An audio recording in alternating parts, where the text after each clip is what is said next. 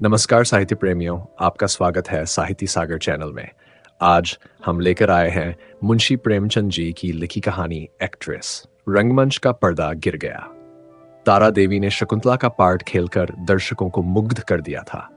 जिस वक्त वह शकुंतला के रूप में राजा दुष्यंत के सम्मुख खड़ी ग्लानि, वेदना और तिरस्कार से उत्तेजित भावों को आग्नेय शब्दों में प्रकट कर रही थी, दर्शक वृंद शिष्टता के नियमों की उपेक्षा करके मंच की ओर उन्मत्तों की भांति दौड़ पड़े थे और तारादेवी का यशोगान करने लगे थे।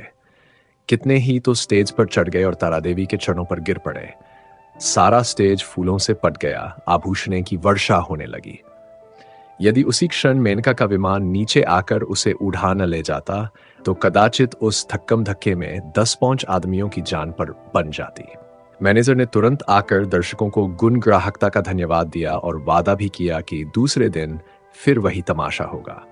तब लोगों का मोहान्माद शांत हुआ। मगर एक युवक उस वक्त भी मंच पर खड़ा रहा। लंबे कद का था, तेजस्वी मुद्रा, कुंदन का सा देवताओं का सा स्वरूप, गढ़ी हुई देह, मुख से एक ज्योति सी प्रस्फुटित हो रही थी। कोई राजकुमार मालूम होता था। जब सारे दर्शकगण बाहर निकल गए, उसने मैनेजर से पूछा, क्या तारादेवी से एक क्षण के लिए मिल सकता हूं? मैनेजर ने उपेक्षा के भाव से कहा, हमारे यहां ऐसा नियम नहीं है। युवक ने फिर पूछा, क्या आप मेरा कोई पत्र उसके पास भेज सकते हैं? मैनेजर ने उसी उपेक्षा के भाव से कहा, जी नहीं, क्षमा कीजिएगा, ये हमारे नियमों के विरुद्ध है। युवक ने और कुछ न कहा, निराश होकर स्टेज के नीचे उतर पड़ा और बाहर जाना ही चाहता था कि मैनेजर ने पूछा, जरा ठहर जाइए, आपका कार्ड? युवक ने जेब से कागज का एक टुकड़ा निकलकर कुछ लिखा और दे दिया। मैनेजर ने पुर्जे को उड़ती हुई निगाह से देखा। कुंवर निर्मलकांत चौधरी OB ई। मैनेजर की कठोर मुद्रा कोमल हो गई। कुंवर निर्मलकांत शहर के सबसे बड़े रईस और ताल्लुकेदार, साहित्य के उज्जवल रत्न, संगीत के सिद्धहस्ताचार्य, उच्च कोटि के विद्वान, 8-10 लाख सालाना के नफेदार, जिनके दान से देश की कितनी ही संस्थान चलती थीं, इस समय एक क्षुद्र प्रार्थी के रूप में खड़े थे। मैनेजर अपने उपेक्षा भाव पर लज्जित हो गया। विनम्र शब्दों में बोला, क्षमा कीजिएगा, मुझसे बड़ा अपराध हुआ। मैं अभी तारादेवी के पास हुजूर का कार्ड लिए जाता हूं। कुंवर साहब ने उसे रुकने का इशारा करके कहा, नहीं, अब रहने ही दीजिए, मैं कल 5 बजे आऊंगा। इस वक्त तारादेवी को कष्ट होगा, यह उनके विश्राम का समय है। मैनेजर, मुझे विश्वास है कि वह आपकी खातिर इतना कष्ट सहर्ष सह लेंगी। मैं 1 मिनट में आता हूं। किंतु कुंवर साहब अपना परिचय देने के बाद अपनी आतुरता पर संयम का पर्दा डालने के लिए विवश थे। मैनेजर को सज्जनता का धन्यवाद दिया और कल आने का वादा करके चले गए। तारा एक साफ सुथरे और सजे हुए कमरे में मेज के सामने किसी विचार में मगन बैठी थी। रात का वह दृश्य उसकी आंखों के सामने नाच रहा था। ऐसे दिन जीवन में क्या बार बार आते हैं। कितने मनुष्य उसके दर्शनों के लिए विकल हो रहे हैं, बस एक दूसरे पर फाट पड़ते थे। कितनों को उसने पैरों से ठुकरा दिया था। हाँ, ठुकरा दिया था। मगर उस समूह में केवल एक दिव्य मूर्ति अविचलित रूप से खड़ी थी। उसकी आंखों में कितना गंभीर अनुराग था, कितना दृढ़ संकल्प। ऐसा जान पड़ता था मानो दोनों नेत्र उसके हृदय में चुभे जा रहे हों। आज फिर उस पुरुष के दर्शन होंगे या नहीं, कौन जानता है। लेकिन यदि आज उनके दर्शन हुए तो तारा उनसे एक बार बातचीत किए बिना न जाने देगी। यह सोचते हुए उसने आईने की ओर देखा। कमल का फूल सा खिला था। कौन कह सकता था कि वह नव विकसित पुष्प 33 बसंतों की बहार देख चुका है। वह कांति, वह कोमलता, वह चपलता, वह माधुर्य किसी नव यौवना को लज्जित कर सकता था। तारा एक बार फिर हृदय में प्रेम दीपक जला बैठी। आज से 20 साल पहले एक बार उसको प्रेम का कटु अनुभव हुआ था। तब से वह एक प्रकार का वैधव्य जीवन व्यतीत करती रही। कितने प्रेमियों ने अपना हृदय उसको भेंट करना चाहा था और उसने किसी की ओर अंक उठाकर भी न देखा था। उसे उनके प्रेम में कपट की गंध आती थी। मगर आज उसका संयम उसके हाथ से निकल गया। एक बार फिर आज उसे हृदय में उसी मधुर वेदना का अनुभव हुआ जो 20 साल पहले हुआ था। एक पुरुष का सौम्य स्वरूप उसकी आंखें में बस गया, हृदय पट पर खिंच गया। उसे वह किसी तरह भूल न सकती थी। उसी पुरुष को उसने मोटर पर जाते देखा होता तो कदाचित उधर ध्यान भी न करती, पर उसे अपने सम्मुख प्रेम का उपहार हाथ में लिए देखकर वह स्थिर न रह सकी। सहसा दाई ने आकर कहा, बाई जी, रात की सब चीजें रखी हुई है, कहिए तो लाऊं? तारा ने कहा, नहीं, मेरे पास चीजें लाने की जरूरत नहीं, मगर ठहरो, क्या क्या चीजें हैं? एक डेढ़ का डेढ़ तो लगा है बाई जी। कहाँ तक गिनाऊं? अशर्फियां हैं, ब्रूचेज, बाल के पिन, बटन, लाकेट, अंगूठियां सभी तो हैं। एक छोटे से डिब्बे में एक सुंदर हार है। मैंने आज तक वैसा हार नहीं देखा। सब संदूक में रख दिया है। अच्छा, वह संदूक मेरे पास ला। दाई ने संदूक लाकर मेज रख दिया। उधर एक लड़के ने एक पत्र लाकर तारा को दिया। तारा ने पत्र को उत्सुक नेत्रों से देखा। कुंवर निर्मलकांत OB। लड़के से पूछा, यह पत्र किसने दिया? वह तो नहीं जो रेशमी साफा बांधे हुए थे? लड़के ने केवल इतना कहा, मैनेजर साहब ने दिया है, और लपका हुआ बाहर चला गया। संदूक में सबसे पहले डिब्बा नजर आया। तारा ने उसे खोला तो सच्चे मोतियों का सुंदर हार था। डिब्बे में एक तरफ एक कार्ड भी था। तारा ने लपक कर उसे निकाल लिया और पढ़ा, कुंवर निर्मलकांत। कार्ड उसके हाथ से छूटकर गिर पड़ा। वह झपट कर कुर्सी से उठी और बड़े वेग से कई कमरों और बरामदों को पार करती मैनेजर के सामने आकर खड़ी हो गई। मैनेजर ने खड़े होकर उसका स्वागत किया और बोला, मैं रात की सफलता पर आपको बधाई देता हूं। तारा ने खड़े पूछा, कुंवर निर्मलकांत क्या बाहर है? लड़का पत्र देकर भाग गया। मैं उससे कुछ पूछ न सकी। कुंवर साहब का रुका तो रात ही तुम्हारे आने के बाद मिला था। तो आपने उसी वक्त मेरे पास क्यों न भेज दिया? मैनेजर ने दबी जबान से कहा, मैंने समझा तुम आराम कर रही होगी, कष्ट देना उचित न समझा। और भाई, साफ बात यह है कि मैं डर रहा था कहीं कुंवर साहब को तुमसे मिलाकर तुम्हें खो न बैठूं। अगर मैं औरत होता तो उसी वक्त उनके पीछे हो लेता। ऐसा देवरूप पुरुष मैंने आज तक नहीं देखा। वही जो रेशमी साफा बांधे खड़े थे तुम्हारे सामने। तुमने भी तो देखा था। तारा ने मानो अर्धनिद्रा की दशा में कहा, हाँ देखा तो था। क्या ये फिर आएंगे? हाँ, आज 5 बजे शाम को। बड़े विद्वान आदमी हैं और इस शहर के सबसे बड़े रईस। आज मैं रिहर्सल में ना आऊंगी। कुंवर साहब आ रहे होंगे। तारा आईने के सामने बैठी है और दाई उसका श्रृंगार कर रही है। श्रृंगार भी इस जमाने में एक विद्या है। पहले परिपाटी के अनुसार ही श्रृंगार किया जाता था। कवियों, चित्रकारों और रसिकों ने श्रृंगार की मर्यादा सी बांध दी थी। आंखों के लिए काजल लाजमी था, हाथों के लिए मेहंदी, भाव के लिए महावर। एक एक अंग, एक एक आभूषण के लिए निर्दिष्ट था। आज वह परिपाटी नहीं रही। आज प्रत्येक रमणी अपनी सुरुचि, सुबुद्धि और तुलनात्मक भाव से श्रृंगार करती है। उसका सौंदर्य किस उपाय से आकर्षकता की सीमा पर पहुंच सकता है, यही उसका आदर्श होता है। तारा इस कला में निपुण थी। वह 15 साल से इस कंपनी में थी और यह समस्त जीवन उसने पुरुषों के हृदय से खेलने ही में व्यतीत किया था। किस चिवतन से, किस मुस्कान से, किस अंगड़ाई से, किस तरह खेशों के बिखेर देने से दिलों का कत्लेआम हो जाता है। इस कला में कौन उससे बढ़कर हो सकता था? आज उसने चुन चुन कर आजमाए हुए तीर तर्कस से निकाले, और जब अपने अस्त्रों से सज कर वह दीवान खाने में आई तो जान पड़ा मानो संसार का सारा माधुर्य उसकी बलान ले रहा है। वह मेज के पास खड़ी होकर कुंवर साहब का कार्ड देख रही थी। उसके कान मोटर की आवाज की ओर लगे हुए थे। वह चाहती थी कि कुंवर साहब इसी वक्त आ जान और उसे इसी अंदाज से खड़े देखें। इसी अंदाज से वह उसके अंग प्रत्यंगों की पूर्ण छवि देख सकते थे। उसने अपनी श्रृंगार कला से काल पर विजय पाली थी।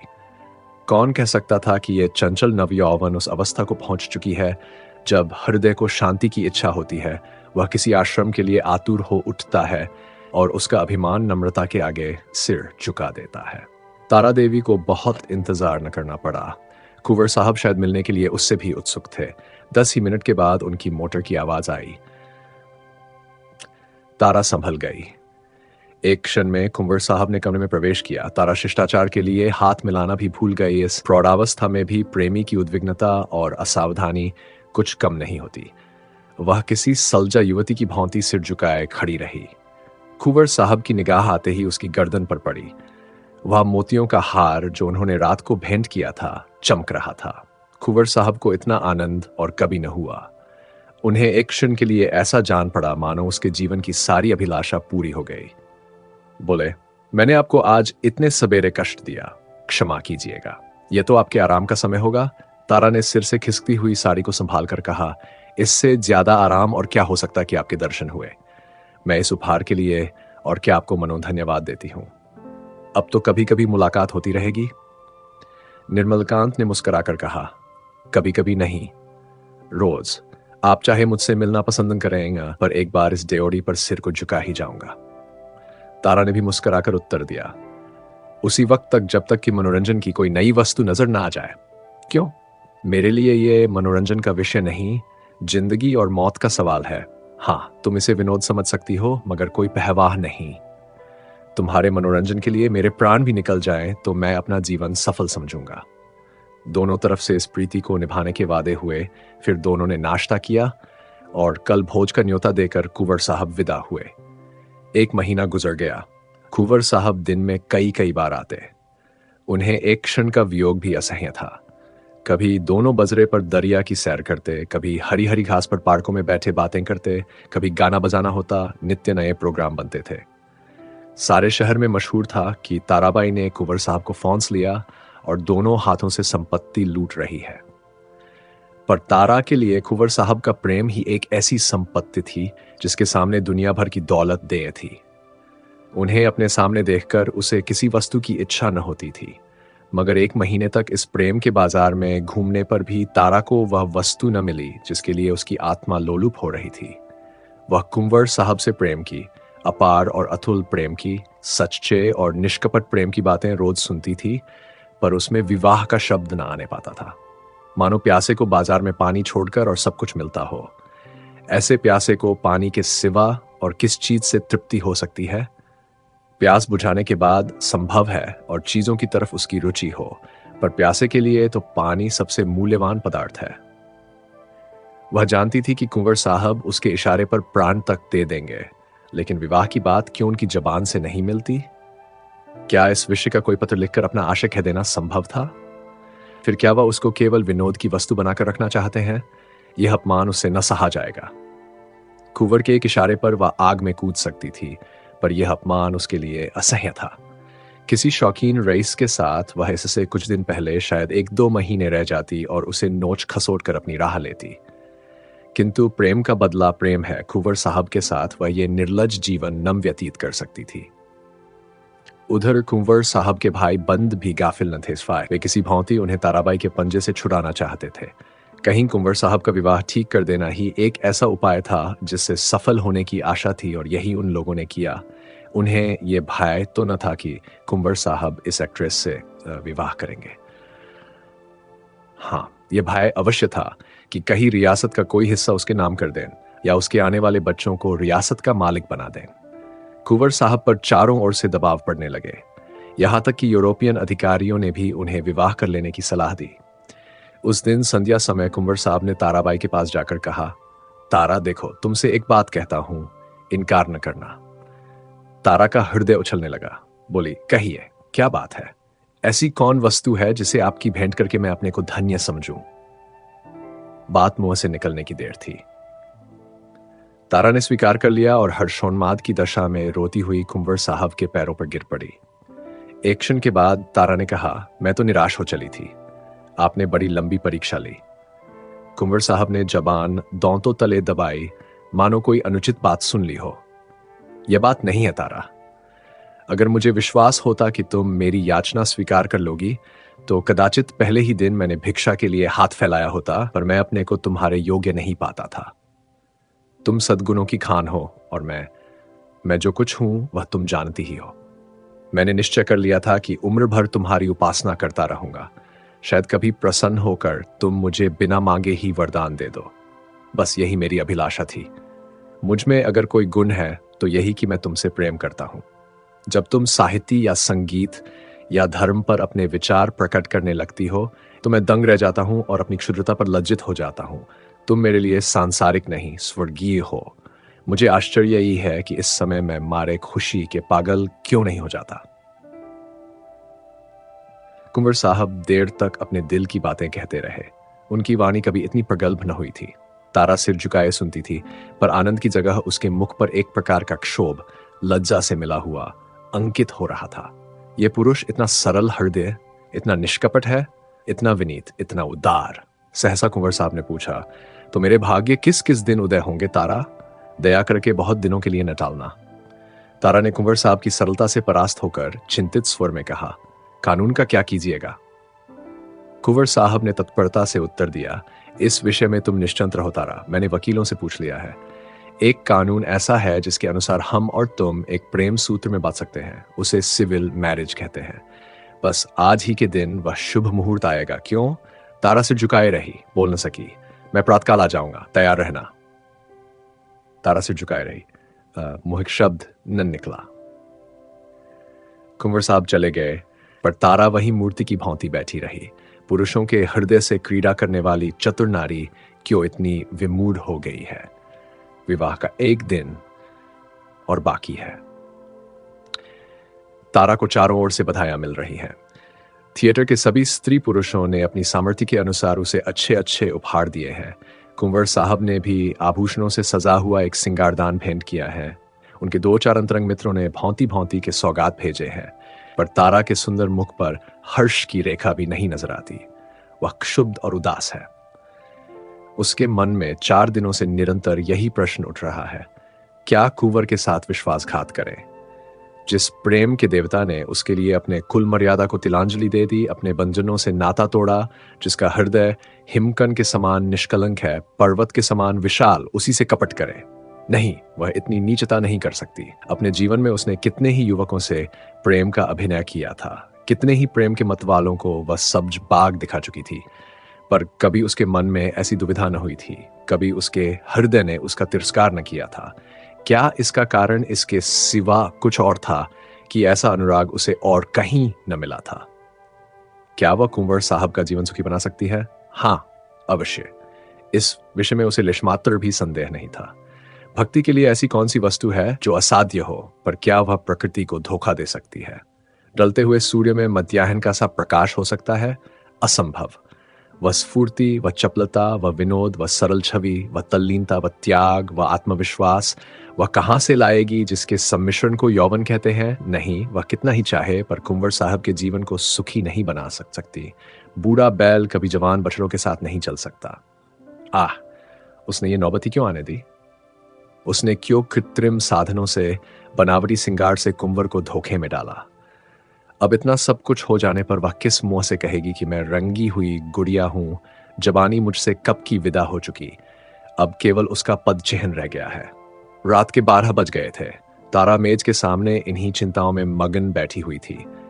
मेज पर उपहारों के ढेर लगे हुए थे, पर वह किसी चीज की ओर अंक उठाकर भी न देखती थी। अभी 4 दिन पहले वह इन्हीं चीजों पर प्राण देती थी। उसे हमेशा ऐसी चीजों की तलाश रहती थी जो काल के चिन्हों को मिटा सकें, पर अब उन्हीं चीजों से उसे घृणा हो रही है। प्रेम सत्य है और सत्य और मिथ्या दोनों एक साथ नहीं रह सकते। तारा ने सोचा, क्यों न यहां से कहीं भाग जाए, किसी ऐसी जगह चली जाए जहां कोई उसे जानता भी न हो। कुछ दिनों के बाद जब कुंवर का विवाह हो जाए तो वह फिर आकर उनसे मिले और यह सारा वृत्तांत उनसे कह सुनाए। इस समय कुंवर पर वज्रपात सा होगा, हाय न जाने उनकी दशा होगी, पर उसके लिए इसके सिवा और कोई मार्ग नहीं है। अब उनके दिन रो रो कर कटेंगे, लेकिन उसे कितना ही दुख क्यों न हो, वह अपने प्रियतम के साथ छल नहीं कर सकती। उसके लिए स्वर्गीय प्रेम की स्मृति, इसकी वेदना ही बहुत है, इससे अधिक उसका अधिकार नहीं। दाई ने आकर कहा, बाई जी चलिए कुछ थोड़ा सा भोजन कर लीजिए, अब तो 12 बज गए। तारा ने कहा, नहीं, जरा भी भूख नहीं, तुम जाकर खा लो। दाई, देखिए मुझे भूल न जाएगा, मैं भी आपके साथ चलूंगी। तारा, अच्छे अच्छे कपड़े बनवा रखे हैं ना? अरे बाई जी, मुझे अच्छे कपड़े लेकर क्या करना है, आप अपना कोई उतारा दे दीजिएगा। ताई चली गई। तारा ने घड़ी की ओर देखा, सचमुच 12 बज गए थे, केवल 6 घंटे और हैं। प्रातःकाल कुंवर साहब उसे विवाह मंदिर में ले जाने के लिए आ जाएंगे। हाय भगवान, जिस पदार्थ से तुमने इतने दिनों तक उसे वंचित रखा, वह आज क्यों सामने लाए?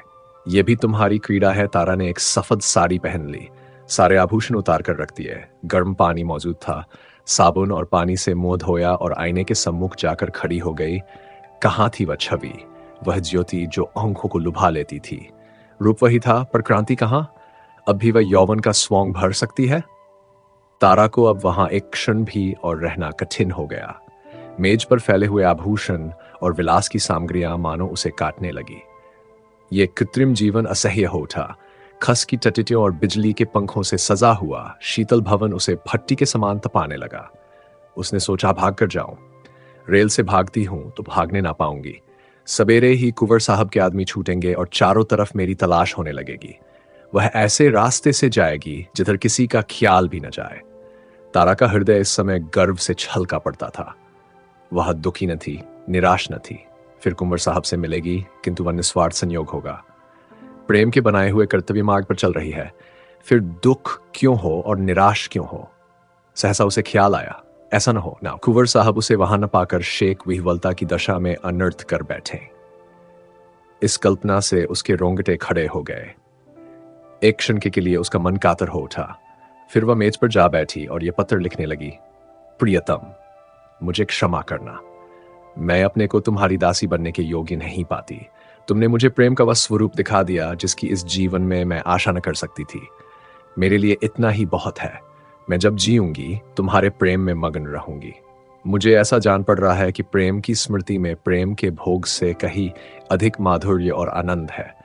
मैं फिर आऊंगी, फिर तुम्हारे दर्शन करूंगी, लेकिन उसी दशा में जब तुम विवाह कर लोगे। यही मेरे लौटने की शर्त है। मेरे प्राणे के प्राण, मुझसे नाराज न होना। ये आभूषण जो तुमने मेरे लिए भेजे थे, अपनी ओर से नववधू के लिए छोड़े जाती हूं। केवल वह मोतियों को हार जो तुम्हारे प्रेम का पहला उपहार है, अपने साथ लिए जाती हूं। तुमसे हाथ जोड़कर कहती हूं, मेरी तलाश न करना। मैं तुम्हारी हूं और सदा तुम्हारी रहूंगा। तुम्हारी। तारा ये पत्र लिखकर तारा ने मेज पर रख दिया, मोतियों का हार गले में डाला और बाहर निकल आई। थिएटर हॉल से संगीत की ध्वनि आ रही थी। एक क्षण के लिए उसके पैर बंध गए। 15 वर्षों का पुराना संबंध आज टूट रहा था। सहसा उसने मैनेजर को आते देखा। उसका कलेजा धक से हो गया। वह बड़ी तेजी से लपककर दीवार की आड़ में खड़ी हो गई। ज्यों ही मैनेजर निकल गया, वह हाथे के बाहर आई और कुछ दूर गलियों में चलने के बाद उसने गंगा का रास्ता पकड़ा। गंगा तट पर सन्नाटा छाया हुआ था। 10 पौंच साधु बैरागी धूनियों के सामने लेटे थे। 10 पौंच यात्री कंबल जमीन पर बिछाए सो रहे थे। गंगा किसी विशाल सर्प की भांति रेंगती चली जाती थी। एक छोटी सी नौका किनारे पर लगी हुई थी। मल्लाह नौका में बैठा हुआ था। तारा ने मल्लाह को पुकारा, ओ मांझी, उस पार नाव ले चलेगा? मांझी ने जवाब दिया, इतनी रात गए नाव न जाई। मगर दूनी मजदूरी की बात सुनकर उसे डांड उठाया और नाव को खोलता हुआ बोला, सरकार, उस पार कहाँ जाए हैं? उस पार एक गांव में जाना है। मुदा इतनी रात गए कौनो सवारी शिकारी न मिली। कोई हर्ज नहीं, तुम मुझे उस पर पहुंचा दो। मांझी ने नाव खोल दी। तारा उस पार जा बैठी और नौका मंद गति से चलने लगी, मानो जीव स्वप्न साम्राज्य में विचर रहा हो। इसी समय एकादशी का चांद पृथ्वी से उस पार अपनी उज्ज्वल नौका खेता हुआ निकला और व्योम सागर को पार करने लगा। यदि यह श्रृंखला आपके हृदय को छू सकी हो तो कृपया इस वीडियो को लाइक, कमेंट करें और साहित्य सागर चैनल को सब्सक्राइब करें। धन्यवाद।